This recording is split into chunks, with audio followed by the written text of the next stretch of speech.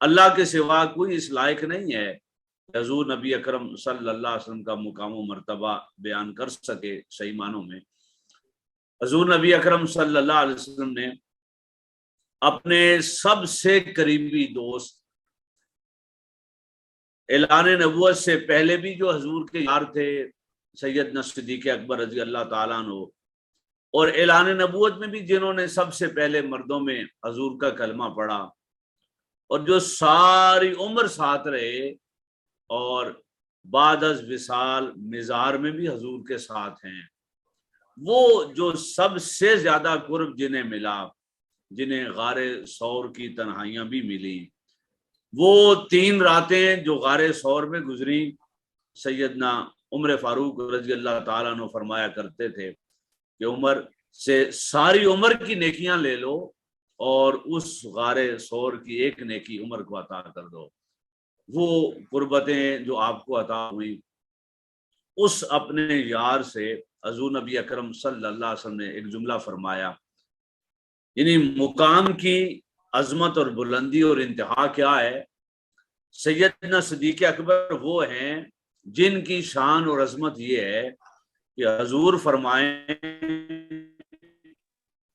جو کچھ مجھ پر نازل کیا میں نے قلب صدیق پر نقش کر دیا، یعنی میں نے اس کا فیض سیدنا صدیق اکبر کو عطا کیا۔ اتنی وسعتیں رکھنے والے، اتنا حضور کا قرب رکھنے والے وہ سیدنا صدیق اکبر، حضور نبی اکرم صلی اللہ علیہ وسلم نے ایک دن انہیں فرمایا، اے صدیق تو مجھے جانتا ہے، پہچانتا ہے، دنیا مجھے دیکھتی ہے، لیکن یاد رکھو لم یعرفنی حقیقتی سوا ربی، جو میری حقیقت ہے اس حقیقت کو میرے رب کے سوا اور کوئی نہیں جانتا۔ گویا بتانا یہ مقصود ہے کہ حضور نبی اکرم صلی اللہ علیہ وسلم کی عظمتیں، رفعتیں اور شان کس قدر ہے، بس ہمیں تو اتنی خبر ہے جتنی خبر اللہ اور اللہ کے حبیب نے قرآن و حدیث میں ہمیں عطا کی ہے۔ تو میں نے آج کے مضمون کے لیے جو آیہ مقدسہ تلاوت کی وہ حضور نبی اکرم صلی اللہ علیہ وسلم کی شان و عظمت کا ایک پہلو بیان کر رہی ہے۔ ارشاد فرمایا، یہ سورہ والضحیٰ کی آیہ مقدسہ ہے، فرمایا وَلَلْآخِرَةُ خَيْرٌ لَكَ مِنَ الْأُولَىٰ، اے حبیب مکرم صلی اللہ علیہ وسلم، آپ کی زندگی کا ہر اگلا لمحہ پچھلے لمحے سے بہتر ہے۔ حضور نبی اکرم صلی اللہ علیہ وسلم کی زندگی کی ہر اگلی گھڑی پچھلی گھڑی سے بہتر ہے، ہر اگلا دن، ہر اگلا مہینہ، ہر اگلا سال پچھلے سے بہتر ہے۔ تو کیا معنی سمجھ آیا؟ معنی یہ سمجھ آتا ہے کہ اللہ فرما رہا ہے کہ اے میرے حبیب صلی اللہ علیہ وسلم، ہم آپ کے مقام و مرتبے کو ہر اگلے لمحے بڑھا رہے ہیں، ہر اگلے لمحے بڑھا رہے ہیں۔ حضور نبی اکرم صلی اللہ علیہ وسلم کی حیات اقدس کا ہر اگلا لمحہ پچھلے لمحے سے بہتر ہے۔ اب اس آیت کریمہ کے علماء نے، مفسرین نے کئی معنی بیان کیے ہیں، میں اس میں سے 3-4 معنی عرض کر رہا ہوں کہ حضور نبی اکرم صلی اللہ علیہ وسلم کی حیات اقدس کا ہر اگلا لمحہ پچھلے لمحے سے بہتر کیسے ہے۔ پہلا اور سادہ سا معنی وہ ہمیں آسانی سے سمجھ آ جاتا ہے کہ آقا علیہ الصلوۃ والسلام نے ارشاد فرمایا، مومن کی تعریف کرتے ہوئے حضور نبی اکرم صلی اللہ علیہ وسلم نے فرمایا کہ مومن وہ ہے جس کا اگلا دن پچھلے دن سے بہتر ہو، یعنی حضور کا امتی بھی کہلانے کے لائق ہے جو ہر لمحہ ترقی کرتا رہے، آگے بڑھتا رہے۔ آپ دیکھتے ہیں کہ آپ کل بچے تھے، پرائمری، مڈل، میٹرک اور دیگر ایجوکیشن میں تھے، پھر ایک وقت آیا ایجوکیشن مکمل ہوئی تو آپ عملی زندگی میں آئے۔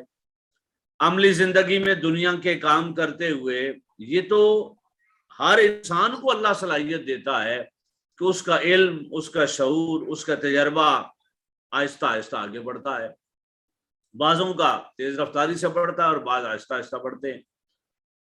بس آقا نے فرمایا کہ مومن ایک سوراخ سے 2 بار نہیں ڈسا جاتا. کیا مانا؟ کہ ایک بار جو دھوکہ کھایا ہے وہ دوبارہ مومن دھوکہ نہیں کھائے گا. وہ ویژن والا ہوتا ہے، سوچ والا ہوتا ہے، مشاہدہ والا ہوتا ہے. حالات کو دیکھ کر اگر ایک بار کہیں سے دکھ تکلیف یا نقصان پہنچے تو دوبارہ ویجیلنٹ ہوتا ہے، آنکھیں کھول کے چلتا ہے اور دوبارہ وہاں سے ٹھوکر نہیں کھاتا.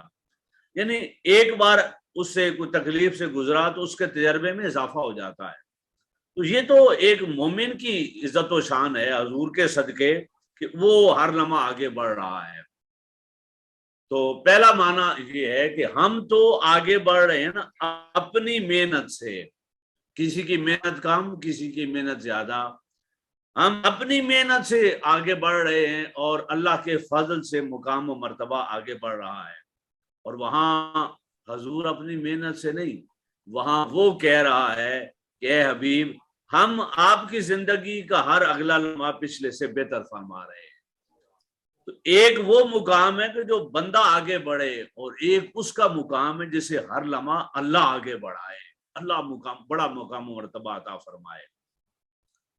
تو کیا معنی سمجھ آیا؟ پہلا کہ حضور نبی اکرم صلی اللہ علیہ وسلم کے مقام و مرتبے کو اللہ تبارک و تعالی ہر لمحہ آگے بڑھا رہا ہے. دوسرا اور بڑا خوبصورت معنی اسی سے سمجھ آتی ہے اور وہ یہ کہ کائنات میں جس شے کو دیکھے نا، ہر شے کی ایک ابتدا ہے اور ایک انتہا ہے. ہر شے کی ایک ابتدا ہے اور ایک اس کی انتہا ہے. آپ جانتے ہیں سارے، ایک عروج ہوتا ہے اور اس کے بعد ایک زوال ہوتا ہے.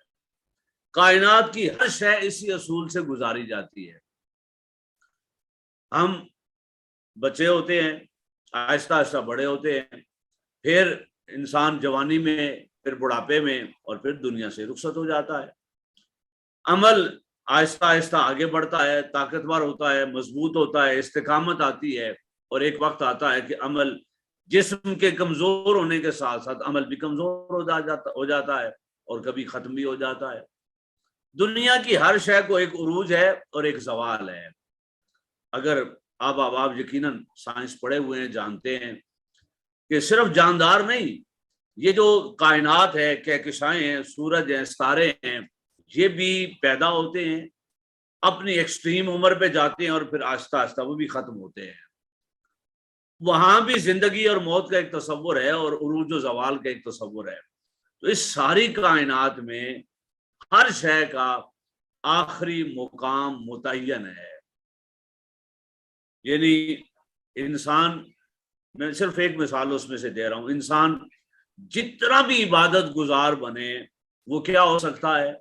وہ غوث ہو سکتا ہے، غوث اعظم بن سکتا ہے. اس سے آگے اپنی محنت اور جد و جہد سے نہیں بڑھ سکتا. اس سے آگے کون سا مقام ہے؟ مقام غوثیت سے بلند مقام صحابیت ہے. کوئی بڑے سے بڑا صحابی ہو، حتیٰ کہ خلفائے راشدین ہوں، وہ اپنے عمل، جد و جہد اور محنت سے نبی نہیں بن سکتے.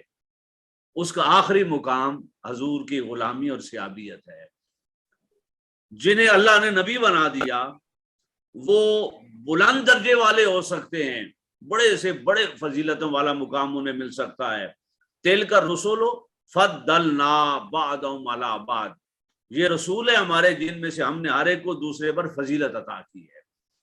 فضیلتیں سب کو مل سکتی ہیں لیکن خاتم النبیین کا تاج صرف محمد مصطفیٰ صلی اللہ علیہ وسلم کے لیے ہے، یہ مقام کسی اور کے لیے نہیں ہے. تو ہر ایک کی ایک ابتدا ہے اور ایک آخری مقام ہے، اور اس کے بعد اس کا مقام و مرتبہ ختم ہو جاتا ہے. انسان گناہگار سے اللہ کا ولی، ولی سے غوث، ایک مقام مکمل ہوا. وہ اپنی محنت سے صحابی نہیں بن سکتا. وہ جو صحابہ ہو گئے وہ انبیاء نہیں ہو سکتے، اور جو نبی ہیں وہ خاتم النبیین نہیں ہو سکتے. اس کائنات میں اگر اللہ کے بعد کوئی ایک مقام ہے، کوئی ایک ہستی ہے جس کے مقام و مرتبے کی کوئی آخری حد نہیں ہے، تو وہ ذات محمد مصطفیٰ ہے صلی اللہ علیہ وسلم.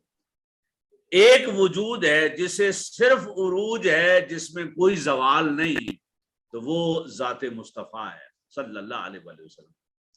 ایک ہستی ہے جس کے مقام کا کوئی آخری کنارہ نہ کسی نے دیکھا ہے، نہ کسی نے بیان کیا ہے، اور نہ رب نے مقرر کیا ہے۔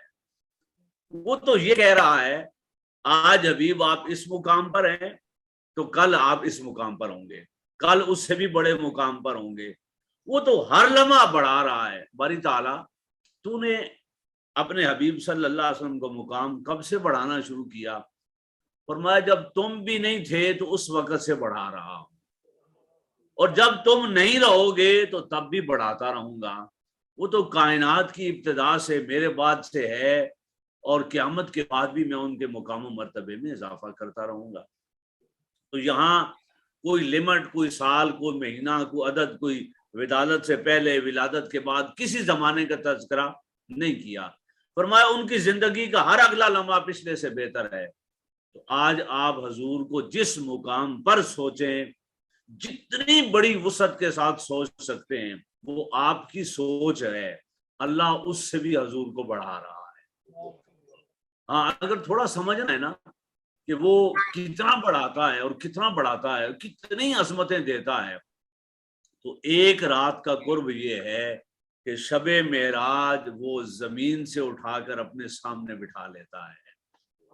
یہ ایک رات کا قرب ہے، تو کیا حضور اس کے بعد نیچے پلٹ آئے؟ پھر دوبارہ قرب نہیں ملا حضور کو؟ حضور شیخ الاسلام نے 2 سال پہلے معراج النبی صلی اللہ علیہ وسلم کے موقع پر گفتگو فرماتے ہوئے فرمایا تھا کہ حضور نبی اکرم صلی اللہ علیہ وسلم کو اللہ نے 32 مرتبہ معراج کروائی۔ کتنی مرتبہ؟ 32 مرتبہ عالم خواب میں معراج کروائی، اور پھر 33ویں مرتبہ جسمانی حالت میں اپنی قربتوں میں بلایا۔ اور جب حضور وہاں سے پلٹنے لگے نا، واپس آنے لگے، تو حضور نبی اکرم صلی اللہ علیہ وسلم نے اللہ سے پوچھا ہوگا باری تعالیٰ، یہ جو قربت یہاں مل رہی ہے، یہ قربت زمین پہ تو نہیں ملے گی؟ یہ دوبارہ چاہیے وہ یہ ماحول، تو پھر کیا ہوگا؟ تو فرمایا اے حبیب صلی اللہ علیہ وسلم، اب دوبارہ اوپر آنے کی حاجت نہیں ہے، ہم اپنے نور کا راز آپ کے قلب اقدس میں رکھ رہے ہیں، اب اسے آپ کے ساتھ دے کر بھیج رہے ہیں زمین پہ۔ جب معراج کرنے کا دل کیا، جب ذرا نگاہ جھکائی، دیکھ لیا، یعنی اس قربت کو زمین پر بھی ہم آپ کو عطا کریں گے۔ حضور فرمایا کرتے تھے نماز میری آنکھوں کی ٹھنڈک ہے، یعنی صحابہ کرام فرماتے ہیں کہ معراج کے بعد اب حضور کا عالم یہ تھا کہ اذان دیتے حضرت بلال رضی اللہ تعالیٰ عنہ، تو اللہ اکبر کی آواز آنے سے لے کر سلام پھیرنے تک جسمن حضور ہمارے پاس ہوتے، قلبن روح اور روحن اللہ کی ملاقات میں ہوتے۔ وہ تو ہر نماز حضور کی معراج ہو گئی۔ تو بتا یہ رہا ہوں کہ اس کائنات میں ہر شے کو ایک عروج ہے اور ایک زوال ہے۔ اگر زوال نہیں ہے تو کائنات میں صرف مقام مصطفیٰ کو نہیں ہے صلی اللہ علیہ وآلہ وسلم۔ پھول کلی ہوتی ہے، کلی کھل کر پھول بنتی ہے، کچھ دنوں کے بعد پتی پتی ہو کر وہ پھول بکھر جاتا ہے، لیکن کائنات میں ایک حسن مصطفیٰ ہے صلی اللہ علیہ وآلہ وسلم جو ہر لمحہ بڑھتا چلا جا رہا ہے۔ ہر اگلے دن، مہینے اور سال اللہ اس کے حسن میں اور اضافہ فرماتا چلا جا رہا ہے۔ جو خواب میں بھی ایک بار دیکھ لے وہ ساری زندگی کا غلام بن جاتا ہے اور اسی جلوے کا اسیر ہو جاتا ہے۔ تو پہلا معنی میں نے کیا عرض کیا کہ حضور نبی اکرم صلی اللہ علیہ وسلم کے مقام کو اللہ ہر لمحہ بڑھا رہا ہے۔ ہم اپنی محنت کے مطابق بڑھتے ہیں اور اللہ کا فضل کے مطابق بڑھتے ہیں، اور وہاں خود خدا حضور کے مقام کو بڑھاتا جا رہا ہے۔ دوسرا معنی یہ سمجھا کہ اس کائنات میں ایک مقام مصطفیٰ ہے صلی اللہ علیہ وآلہ وسلم اللہ کے بعد، جس کی کوئی آخری حد نہیں ہے، بس وہ خدا ہے، یہ مصطفیٰ ہے صلی اللہ علیہ وآلہ وسلم۔ وہ رب ہے، یہ اس کا بندہ ہے۔ اس ایک فرق کے علاوہ ہم کسی اور فرق کو جانتے اور سمجھتے ہی نہیں ہیں، اور وہ فرق کرنا اپنے ایمان کے خلاف سمجھتے ہیں۔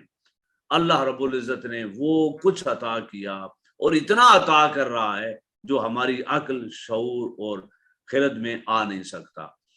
تو دوسرا معنی یہ ہوا کہ حضور کے مقام و مرتبے کی کوئی آخری حد نہیں ہے۔ اب تیسرا اور خوبصورت معنی، وہ بھی بڑا سادہ اور آسان سا معنی ہے، بالکل آسانی سے سمجھ آنے والا ہے۔ دیکھیں آیت کریمہ کو ذرا غور سے پڑھیں، کیا فرمایا اللہ نے؟ وَلَلْ آخِرَةُ خَيْرٌ لَكَ مِنَ الْأُولَىٰ، لفظ آخرت فرمایا اور اولا فرمایا کہ آپ کا اگلا لمحہ پچھلے لمحے سے بہتر ہے۔ اب میں تیسرا ترجمہ کر رہا ہوں۔ آخرت کا معنی اگلا لمحہ نہ کریں، آخرت کا معنی آخرت ہی کر لیں، جیسے ایک دنیا اور ایک آخرت ہوتی ہے۔ تو فرمایا، اب کیا فرما رہا ہے اللہ؟ اے حبیب، وَلَلْ آخِرَةُ خَيْرٌ لَكَ مِنَ الْأُولَىٰ، آپ کی آخرت آپ کی دنیا سے بہتر ہوگی۔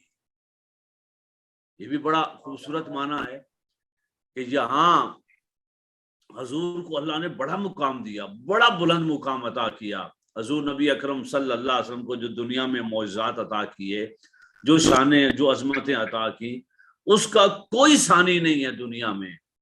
لیکن جو مقام اللہ حضور کو آخرت میں دے گا وہ دنیا سے بھی بڑا مقام ہوگا، یعنی حضور کی آخرت حضور کی دنیا سے بہتر ہے۔ اور کتنی بہتر ہے وہ رب جانے، اس نے کتنی عظمتیں آخرت میں عطا کرنی ہیں۔ بس اس میں سے ایک دو عرض کر رہا ہوں۔ دیکھیں ہم بھی چاہتے ہیں نا کہ ہماری آخرت بہتر ہو جائے، ہر ایک چاہتا ہے یا نہیں چاہتا؟ ہر ایک چاہتا ہے کہ اس کی آخرت اس کی دنیا سے بہتر ہو جائے۔ ہم سب کی آرزو ہے کہ ہماری آخرت ہماری دنیا سے بہتر ہو جائے۔ تو اگر امتی کی آخرت دنیا سے بہتر ہو تو اس نبی کی عظمتوں کا عالم کیا ہوگا جس کے لیے اللہ کہہ رہا ہے وَلَلْ آخِرَةُ، اے حبیب تیری آخرت تیری دنیا سے بڑی بلند ہوگی۔ کتنی بلند ہوگی سامعین کرام؟ اتنی بلند ہوگی کہ آقا علیہ الصلوۃ والسلام میدان حشر میں جب اللہ تبارک و تعالی اپنی کرسی اقتدار پر متمکن ہوگا، وہ فرمائے گا لمن الملک اليوم، آج کس کی بادشاہت ہے؟ تو کوئی بندہ خوف سے جواب نہیں دے گا، وہ خود فرمائے گا للہ الواحد القہار، بڑی طاقتوں والے قہار رب، اس کی حکومت کا دن ہے، آج اس کا دن ہے۔ اس وقت اللہ کی کرسی کے ساتھ دائیں طرف کرسی محمد مصطفیٰ ہوگی صلی اللہ علیہ وآلہ وسلم۔ حضور اللہ کے ساتھ، اللہ کی عطا کردہ شان کے ساتھ اس حشر کے میدان میں بیٹھیں گے۔ تو حضور نبی اکرم صلی اللہ علیہ وسلم کی آخرت حضور کی دنیا سے بہت بلند ہے۔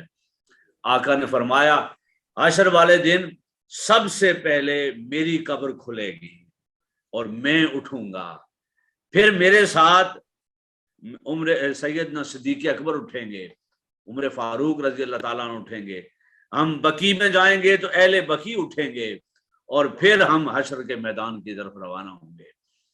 آخرت ساری کی ساری مقام مصطفیٰ صلی اللہ علیہ وسلم کو آشکار کرنے کا دن ہوگا۔ حضور کی عظمت آج کسی کو نظر آتی ہے، کسی کو نظر نہیں آتی، حشر کے دن سب کو نظر آئے گی، اور اتنی واضح نظر آئے گی کہ ساری کائنات پناہ مانگے گی تو اللہ کی بارگاہ میں نہیں جائے گی، وہ پناہ کے لیے بارگاہ محمد مصطفیٰ میں جائے گی صلی اللہ علیہ وآلہ وسلم۔ ساری کائنات اللہ کے خوف سے ڈر کر، اس کے عذاب سے ڈر کر، اس کی ہیبت اور جلال سے ڈر کر سارے مل کر پناہ کہاں لیں گے؟ حضور کے در دامن میں پناہ لیں گے، حضور کی بارگاہ میں آئیں گے۔ اس وقت جو حضور کا مقام ہوگا وہ دنیا سے ہزاروں لاکھوں کروڑوں گنا بلند اللہ تبارک و تعالیٰ رکھے گا۔ تو تین معنی ہوئے، پہلا کیا؟ حضور نبی اکرم صلی اللہ علیہ وسلم کی دنیاوی زندگی، اس دنیا کی زندگی کا ہر اگلا لمحہ پچھلے سے بہتر ہے۔ دوسرا معنی کیا ہوا؟ حضور کے مقام و مرتبے کی کوئی حد نہیں ہے۔ تیسرا معنی کیا ہوا کہ اللہ تبارک و تعالی حضور کی آخرت کو دنیا سے بھی خوبصورت اور بلند کر رکھے گا۔ اب آج کے نشست کے لیے چوتھا اور آخری معنی، جو ان تینوں معنوں سے بھی بڑھ کر اور بڑا خوبصورت معنی ہے، وہ معنی ہمارے لیے ہے۔ حضور کی عظمت وہ ہمارے لیے ہے، چونکہ اس لیے ہمیں اور زیادہ خوبصورت دکھائی دیتا ہے۔ اب میں یہ معنی سمجھانے کے لیے دو آیتیں اور ساتھ ملا رہا ہوں۔ فرمایا وَلَلْآخِرَةُ خَيْرٌ لَكَ مِنَ الْأُولَىٰ، پھر فرمایا وَلَسَوْفَ يُؤْتِيكَ رَبُّكَ فَتَرْضَىٰ۔ اے حبیب صلی اللہ علیہ وسلم، ہم آپ کو اتنا عطا کریں گے، اتنا عطا کریں گے کہ آپ راضی ہو جائیں گے۔ یعنی اللہ تبارک و تعالیٰ نے فرمایا کہ حبیب ہم آپ کو اتنا عطا کریں گے کہ آپ کیا ہو جائیں گے؟ راضی ہو جائیں گے۔ تو اللہ رب العزت نے حضور نبی اکرم صلی اللہ علیہ وسلم پر اتنا کرم فرمایا اور فرمائے گا۔ اب یہ دو آیتیں ملا رہا ہوں میں۔ فرمایا اے حبیب صلی اللہ علیہ وسلم، آپ کی آخرت دنیا سے بہتر ہوگی، اور ساتھ فرمایا ہم آپ کو اتنا عطا کریں گے کہ آپ راضی ہو جائیں گے۔ اب یہ دو آیتیں ملا کر میں ایک اور معنی عرض کر رہا ہوں۔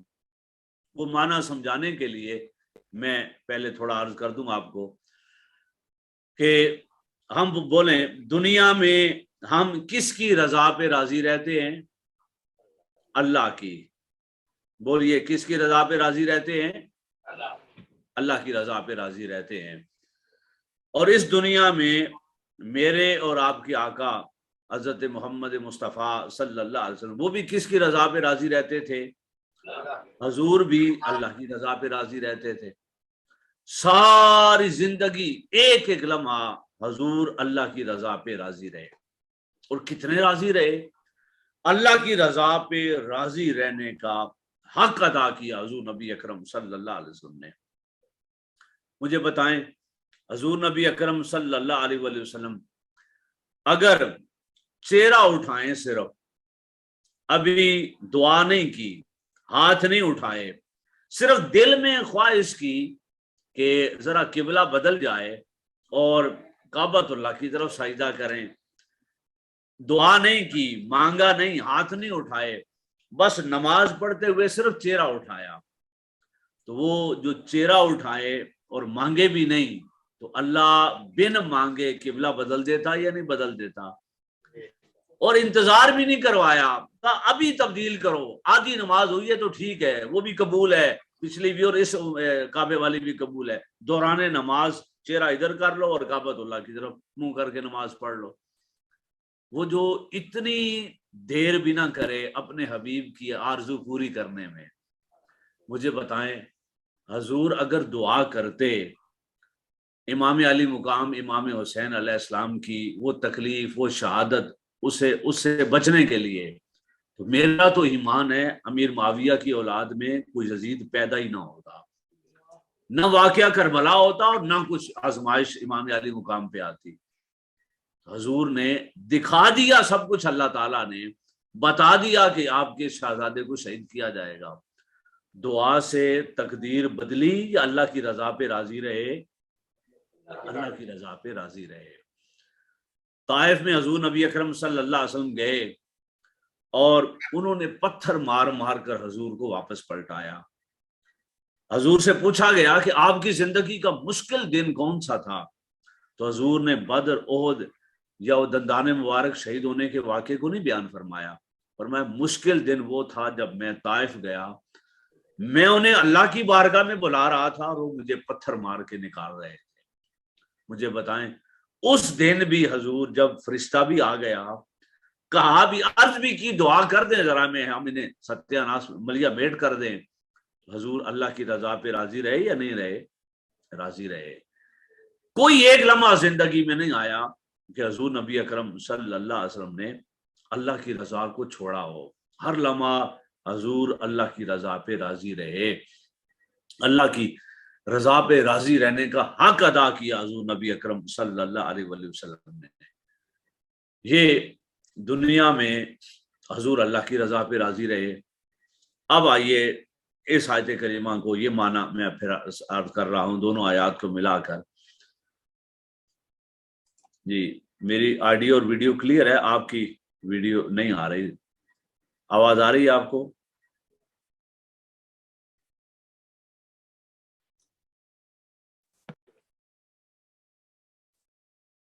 جی السلام علیکم.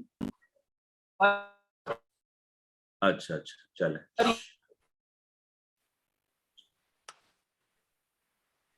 تو میں عرض کر رہا تھا کہ حضور نبی اکرم صلی اللہ علیہ وسلم دنیا میں اللہ کی رضا پہ راضی رہے. ہر لمحہ وہ طائف کا ہو، بدر احد کا ہو، یا اپنے نواسوں کی شہادت کے لمحات ہوں، حضور نبی اکرم صلی اللہ علیہ وسلم ہر موقع پر اللہ کی رضا پہ راضی رہے. اب آئیں یہ آخری اور چوتھا معنی. فرمایا اے حبیب صلی اللہ علیہ وسلم آپ کی آخرت آپ کی دنیا سے بہتر ہوگی. ساتھ فرمایا ہم آپ کو اتنا عطا کریں گے کہ آپ راضی ہو جائیں گے. تو معنی یہ سمجھ آتا ہے، اور یہ معنی محبت کا معنی ہے، جس کو چاہے یہ قبول کرے اور اسے پسند کرے. وہ کیا کہ اللہ تبارک و تعالیٰ نے فرمایا کہ اے حبیب دنیا میں تو ہماری رضا پہ راضی رہا، میدان حشر میں ہم تیری رضا پہ راضی رہیں گے. میدان حشر میں ہم تیری رضا پہ راضی رہیں گے. وَلَسَوْفَ يُؤْتِيكَ رَبُّكَ فَتَرْضَىٰ اتنا عطا کریں گے کہ آپ راضی ہو جائیں گے، اور جب تک راضی نہیں ہوں گے ہم عطا کرتے رہیں گے. اب یہ وعدہ جو اللہ تبارک و تعالیٰ نے حضور سے کیا، یہ وعدہ اصلاً اللہ کا وعدہ ہے حضور کے لیے، اور فائدہ اس میں حضور کی امت کا ہے. حضور سے پوچھا گیا کہ آپ کب راضی ہوں گے، تو فرمایا جب تک میرا کوئی امتی جہنم میں رہا تو میں رب سے راضی نہیں ہوں گا، اس سے اور طلب کرتا رہوں گا، شفاعت مانگتا رہوں گا، اور اللہ تعالیٰ میری اس پر عرض پر میرے بندوں کو، میری امت کو معاف فرماتا رہے گا. تو وہ جو اللہ کی حبیب صلی اللہ علیہ وسلم کو اللہ تبارک و تعالی حشر میں حضور کی رضا جو چلے گی، حضور کی رضا پہ جو رب راضی رہے گا، وہ فائدہ حضور کی امت کا ہوگا. تو معنی اس کا کیا ہے؟ معنی یہ ہے کہ کرسی خدا کے ساتھ کرسی مصطفیٰ ہوگی صلی اللہ علیہ وآلہ وسلم، مرضی مصطفیٰ کی ہوگی اور حکم خدا کا ہوگا. حضور جو جو کہتے چلے جائیں گے اللہ وہ فرماتا چلا جائے گا. یہاں آخر میں ایک حدیث پاک عرض کر دوں، بڑی خوبصورت حدیث پاک ہے، شاید میں نے پہلے کسی نشست میں کہی. جب وہ حدیث پاک میں نے سنی تو ایک کیفیت تھی، بہت خوبصورت حدیث پاک ہے. یعنی حشر میں حضور کی مرضی کیسے چلے گی، کہاں کہاں چلے گی، اور اللہ حضور کی رضا پہ کیسے راضی رہے گا، اور فرمائے گا دنیا میں تو میری رضا پہ راضی رہا، اب ہم تیری رضا پہ راضی ہیں. یہ حدیث پاک ہے کہ حضرت آدم علیہ السلام کو اللہ تبارک و تعالیٰ نے بڑا طویل قد عطا کیا تھا، اور حدیث کے کلمات ہیں کہ آدم علیہ السلام بڑے دراز قد ہوں گے، لمبے قد والے ہوں گے قیامت والے دن. اور ایک تو ان کا قد مبارک بڑا ہوگا، اور دوسرا آدم علیہ السلام ایک بڑے ٹیلے پر بیٹھے ہوں گے، بہت اونچائی والے ٹیلے پر بیٹھے ہوں گے. اس ٹیلے پر بیٹھ کر وہ مشاہدہ کر رہے ہوں گے احوال کا، وہ قیامت کے دن کے احوال کا مشاہدہ کر رہے ہوں گے. وہ دیکھیں گے کہ حضور نبی اکرم صلی اللہ علیہ وسلم کی امت میں سے ایک یا دو افراد کو فرشتے جہنم لے جا رہے ہیں. آدم علیہ السلام ایک اونچے ٹیلے پر بیٹھے ہوئے ہیں اور قد مبارک بھی بڑا ہے. دیکھا کہ حضور کی امتیوں میں سے دو کو فرشتے جہنم لے جا رہے ہیں. اسی ٹیلے سے بیٹھے بیٹھے آواز لگائیں گے یا احمد. حضور صلی اللہ علیہ وسلم کا وہ نام جو آسمانوں پر ہے احمد، وہ نام لے کے پکاریں گے یا احمد، اے اللہ کے حبیب احمد صلی اللہ علیہ وسلم، یہ تیرے بندے ہیں، یہ تیرے امتی ہیں، انہیں فرشتے جہنم لے جا رہے ہیں. ادھر سے حضور کو آواز لگائیں گے. آقا علیہ الصلوۃ والسلام فرماتے ہیں کہ میں اتنی تیزی سے اٹھوں گا، یعنی اپنے ازار بند کو، اپنی چادر مبارک کو مضبوط کروں گا، پکڑ کے تیزی سے بھاگوں گا کہ اس سے پہلے کہ وہ اسے جہنم لے جائیں میں دوڑ کر انہیں پکڑ لوں گا۔ عرض کر آقا فرمائیں گے کہ انہیں جہنم نہ لے جاؤ۔ فرشتے عرض کریں گے آقا ہم رب کے حکم کے پابند ہیں، مجبور ہیں، اللہ کا حکم ہے۔ حضور نبی اکرم صلی اللہ علیہ وسلم اللہ کی طرف دیکھیں گے، عرض کریں گے باری تعالیٰ ان کے حق میں میری شفاعت قبول فرما۔ اللہ رب العزت آواز دے گا کہ جہاں سے پکڑا تھا ان کو واپس وہی مقام پہ لے۔ تو ایک ایک قدم پر حشر میں جو فیصلے ہوں گے رضا مصطفیٰ کی ہوگی اور حکم اللہ تبارک و تعالیٰ کا چلے گا۔ تو سامعین کرام جو بات آج عرض کرنی تھی کہ حضور نبی اکرم صلی اللہ علیہ وسلم کا مقام و مرتبہ شان و عظمت اتنی بلند ہے کہ کائنات کے سارے مقام و مرتبے اللہ کی ذات کے سوا سب جمع بھی کر لیے جائیں تو حضور نبی اکرم صلی اللہ علیہ وسلم کے مقام کے قدموں کی خیرات بھی نہیں بن سکتے۔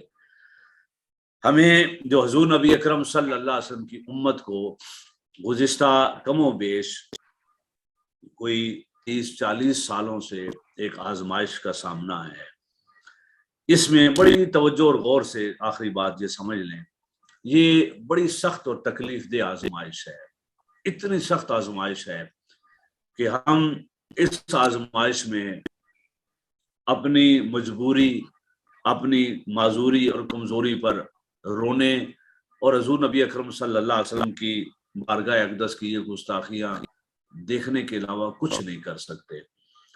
ہم اتنے کمزور ہیں اجتماعی طور پر کہ امت بے غیرت، بے حس اور بے ضمیر ہو چکی ہے، خصوصاً اس کے حکمران، کہ وہ اس طرف عملاً کوئی قدم اٹھانے کی پوزیشن میں نہیں ہے۔ حضور شیخ الاسلام نے آج سے کئی سال پہلے اعلان فرمایا تھا کہ اگر کوئی امت مسلمہ کا ملک وہ عالمی عدالت انصاف میں یہ کیس کرے کہ انبیاء علیہ الصلوۃ والسلام کی شان و عظمت یا حضور صلی اللہ علیہ وسلم کی شان و عظمت کی گستاخی کو قانوناً عالمی قانون کے مطابق روک دیا جائے، پابندی لگائی جائے، حرام قرار دیا جائے، تو فرمایا کوئی کیس جمع کرائے اور مجھے وکیل کرے تو میں چند ماہ میں سارے انبیاء اسلام کی گستاخی کو ایک انٹرنیشنل قانون، لیکن یہ کام کوئی بھی نہیں کر رہا۔ آپ کو یاد ہوگا شاید 3-4 سال پہلے عالمی محفل میلاد مینار پاکستان پر ہوئی تھی، اور اس میں پہلی مرتبہ سید ریاض حسین شاہ صاحب تشریف لائے تھے، اور انہوں نے اپنی گفتگو میں مخاطب کر کے قائد متن کو یہ کہا تھا کہ ذرا غور کریں، جائزہ لیں کہ ان خاکے بنانے، ان گستاخیاں کرنے کے پیچھے ان کے ذہن میں کیا شرارت ہے یا کیا وجہ اور سبب ہے، تاکہ ہم اس کا سدباب کریں اور بندوبست کریں۔ قبلہ شاہ صاحب نے تو 1-2 سال پہلے بھی بات کی، حضور شیخ الاسلام 15-20 سال پہلے سے اس سازش کو جانتے، پہچانتے اور سمجھتے ہیں۔ بس سادہ الفاظ میں یہ بات سمجھ لیں کہ پورا مل کر یا ان کے چاہتے، وہ اسلام اور عیسائیت کو آمنے سامنے لانا چاہتے ہیں۔ وہ چاہتے ہیں کہ پھر ایک کوئی عالمی جنگ ہو اور امت مسلمہ جو آہستہ آہستہ مستحکم ہو رہی ہے، کچھ وسائل آ رہے ہیں، کچھ غیرت کی وجہ سے وہ آہستہ آہستہ بہتر ہو رہی ہے، یا ہمارے ان پر ظلم و ستم جو 60-70 سالوں سے 20-30 جنگیں ہم نے ان پر مسلط کی ہیں، اس کے رد عمل میں یہ اٹھ کھڑے ہوں گے، کو غیرت کھائیں گے۔ اس سارے عمل کو دیکھتے ہوئے وہ اسلام اور عیسائیت کو آمنے سامنے کرنے کے لیے ہر حربہ اختیار کرتے ہیں۔ میں بس صرف اس کی ایک دلیل دے رہا ہوں کہ آخری جو واقعہ نیوزی لینڈ کا ہوا ہے، جس میں ایک شخص نے ایک مسجد میں داخل ہو کر کئی مسلمانوں کو شہید کیا، جب اس کی رائفل یا پکڑی گئی، آلہ پکڑا گیا، وہ اس پر جو تحریر درج تھی، آج بھی نیٹ پہ آپ دیکھ سکتے ہیں، کہیں لکھا ہوا تھا کہ ہم صلیبی جنگوں کا بدلہ ہے، کہیں لکھا ہوا تھا کیا، کہیں کیا۔ الغرض وہ طاقتیں، وہ ایجنسیاں، وہ ادارے وہ چاہتے ہیں کہ اسلام اور عیسائیت آمنے سامنے کھڑی ہو، اور کسی وجہ سے ہم مسلمانوں میں ری ایکشن پیدا کریں، یہ آگ جلاؤ، گراؤ، کچھ کریں اور ہم ان کو یورپ سے ڈیپورٹ کرنے کا کوئی حل تلاش کریں۔ میں بڑی لمبی بات ہے، صرف اس کے ایک جملے میں اشارہ کر رہا ہوں۔ یورپ نے اپنی آنکھوں سے دیکھ لیا ہے کہ 60-70 سالوں بعد ملک ہمارے ہوں گے اور مذہب کسی اور کا ہوگا۔ وہ کھلی آنکھوں سے یہ دیکھ چکے ہیں کہ ملک ہمارے ہوں گے اور عددی اکثریت سے حکمران کوئی اور ہوں گے، اور شاید 70-80-100 سالوں کے بعد یورپ کا یہ نقشہ نہ ہو جو آج آپ دیکھ رہے ہیں یا میں دیکھ رہا ہوں۔ اور ایک لکھا ہوگا کہ تاریخ خاموشی سے یہ کہے گی کہ ایک شخص خاموشی سے پورے بر اعظم کا نقشہ بدل گیا، اور اس کے نیچے نام یقیناً ڈاکٹر محمد طاہر القادری کا لکھا ہوگا۔ وہ صرف چاہتے ہیں، وہ ادارے، وہ طبقات، وہ چاہتے ہیں کہ ہم کوئی ایسا عمل کریں کہ جس کے رد عمل میں یہ ایسا ریئیکشن کریں کہ ہم ان کو یہاں سے ڈیپورٹ کر کے اپنے ملک آزاد کرائیں، ان سے خالی کروائیں۔ ہم نے عقل اور شعور سے کام لینا ہے، احتجاج کرنا ہمارا حق ہے، اور حضور نبی اکرم صلی اللہ علیہ وسلم کی عزت و ناموس پر احتجاج کرنا فرض ہے ہمارا، لیکن ایسا احتجاج جس سے نفرتیں نہ پیدا ہوں، آپس میں توڑ پھوڑ نہ ہو، اپنے ہی لوگوں کے ٹائر، گھر اور پیٹرول پمپ اور گاڑیاں نہ جلائی جائیں، کسی کو نام لے کر گالیاں نہ دی جائیں، اس لیے کہ پہلی ایفرٹ ان کی یہ تھی کہ اسلام اور عیسائیت آپس میں لڑے۔ پچھلے 20-25-30 سالہ ایفرٹ کے نتیجے میں الحمدللہ یہ ہونے کی بجائے اب یورپ میں یہ ہے کہ یورپ میں عیسائیوں کی کوئی تقریب ہو یا مسلمانوں کی کوئی تقریب ہو، دونوں مذاہب عزت اور احترام کے ساتھ ایک دوسرے کے ساتھ بیٹھ کر سنتے ہیں۔ ہماری نشستوں میں وہ آتے ہیں اور قصیدہ بردہ اور نعتیں بھی سنتے ہیں، تلاوت بھی سنتے ہیں، اور مسلمان بھی ان کی تقاریب میں جاتے ہیں۔ اب وہ اس میں ناکام ہو چکے ہیں یورپ کی طرف سے مسلمانوں اور عیسائیوں کو آمنے سامنے کھڑا کرنے میں۔ اور دوسرا سبب اس کا یہ ہوا ہے کہ ڈینمارک جہاں سے اس گستاخی کا آغاز ہوا تھا، آج سے 8 سال پہلے قائد محترم ایک نشست میں گئے، ایک سیمینار میں گئے، اس سیمینار میں یہودیوں اور عیسائیوں نے جمع کی اور جمع کر کے قائد محترم کو کہا، انہوں نے اکٹھے ہو کر کہ یہ نعوذ باللہ ظالمانہ قانون ہے، یہ سزائے موت، تو یہ تو ظالمانہ قانون ہے، آپ لوگوں نے بنایا ہے، درست نہیں ہے۔ تو آپ نے فرمایا سنو، یہ نہ میں نے بنایا ہے، نہ ہم نے بنایا ہے، نہ میرے نبی نے بنایا ہے، نہ اسلام کا یہ قانون ہے، نہ قرآن پاک کا یہ قانون ہے۔ آپ نے کہا یہ قانون آپ کے اور ہمارے نبی موسیٰ علیہ السلام نے بنایا، ان کے دور میں شروع ہوا۔ موسیٰ علیہ السلام کے دور میں اللہ نبی اور کتاب کی گستاخی پر پتھر مار مار کے مارا جاتا تھا، سنسار کیا جاتا تھا۔ عیسیٰ علیہ السلام نے اس کو کنٹینیو کیا، اور اس کے بعد ہمارے نبی صلی اللہ علیہ وسلم نے بھی اس کو کنٹینیو کیا۔ آج کے بعد جو زبان کھولے وہ یہ یاد رکھے کہ اگر وہ عیسائی یا یہودی ہے تو اس کے خلاف بات نہیں کر سکتا، یہ تینوں مذہب کا ایک ہی قانون ہے۔ وہ دن اور آج کا دن علمی اعتبار سے کسی بدبخت کی دوبارہ زبان نہیں کھلی۔ اب اگر کوئی کرتا ہے، ایسا ڈرامہ کیا جاتا ہے یا کروایا جاتا ہے، تو وہ عالمی ایجنسیوں کی طرف سے اس لیے کروایا جاتا ہے کہ مسلمان رد عمل میں آگ لگائیں، توڑ پھوڑ کریں، ماریں اور قتل و غارت کریں، جس کے نتیجے میں ہم ان کے خلاف کوئی بڑا ایکشن لینے کی پرام میں ہوں۔ جب وہ وہاں سے ناکام ہو جاتے ہیں یورپ سے، تو پھر ان کے پاس دوسرا اور آسان ہتھیار انڈیا ہے۔ پاکستان اسلام اور ہندوازم کو آمنے سامنے کھڑا کرنے کے لیے وہ دو بار نہیں 10 بار کوشش کر چکے ہیں۔ ہم نے یہ دیکھنا ہے کہ یہ سارا عمل جو کوئی کر رہا ہے وہ عمل کوئی مذہب نہیں ہے، کوئی بھی مذہب دنیا کا ایسی تعلیمات نہیں دیتا۔ ہر مذہب میں کچھ بدبخت لوگ ایسے ہوتے ہیں جن کا اس مذہب سے کوئی تعلق نہیں ہوتا، وہ ایجنسیاں، وہ ادارے، وہ افراد، وہ اسٹیبلشمنٹ مختلف طبقات کی، انٹرنیشنل سطح کی، جو صرف قوموں کو لڑانے کے لیے مختلف مقامات سے اس کا اظہار کرواتے ہیں اور رد عمل میں مسلمانوں میں اشتعال پیدا کرانے کی کوشش کرتے ہیں۔ احتجاج ضرور کریں، جیسا کریں، لیکن اس احتجاج کوئی، اور سب سے خوبصورت احتجاج تو قائد محترم جو سمجھایا وہ کیا ہے، انہوں نے خاکے بنائے حضور نبی اکرم صلی اللہ علیہ وسلم کے، اور قائد محترم نے بنایا the real sketch of the Holi profit صلی اللہ علیہ وسلم۔ انگلش اور اردو میں خوبصورت کتاب لکھی، اور حضور نبی اکرم صلی اللہ علیہ وسلم کی زندگی کا حقیقی خاکہ لکھا اور ہزاروں لاکھوں کی تعداد میں پرنٹ کر کے دنیا میں تقسیم کی جا رہی ہے، دکھائی جا رہی ہے۔ میں وقت ہو چکا ہے، بس صرف ایک واقعہ عرض کر رہا ہوں۔ یورپ میں مجھے لندن میں ساتھی ملے، میں نے ان سے پوچھا کہ یہاں فتویٰ جو قائد محترم نے دیا اس کا کیا اثرات مرتب ہوئے ہیں۔ اس نے کتاب کھول کر تیسرا چیپٹر دکھا کے بتایا کہ یہ جو ہے نا چیپٹر کہ غیر مسلموں کے قتل اور ایذا رسی کی ممانعت،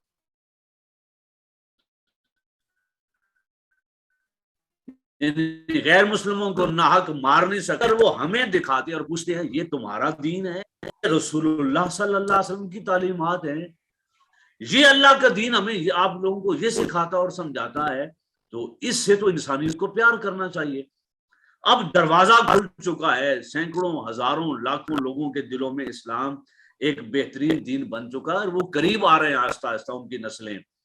یہ سارا کچھ انٹرنیشنلی ایسا ماحول بنایا جاتا ہے کہ اسلام اور عیسائیت، اسلام اور ہندوازم آمنے سامنے کھڑے ہوں، اور وہ جو امن پیار محبت کا ماحول ڈیولپ ہوتا ہے اس کو سب کو تباہ و برباد کر دیا جائے۔ ہم کسی ایسے امن کے قائل نہیں کہ جس میں نعوذ باللہ حضور نبی اکرم صلی اللہ علیہ وسلم کی عزت و ناموس پہ کوئی حرف آتا رہے۔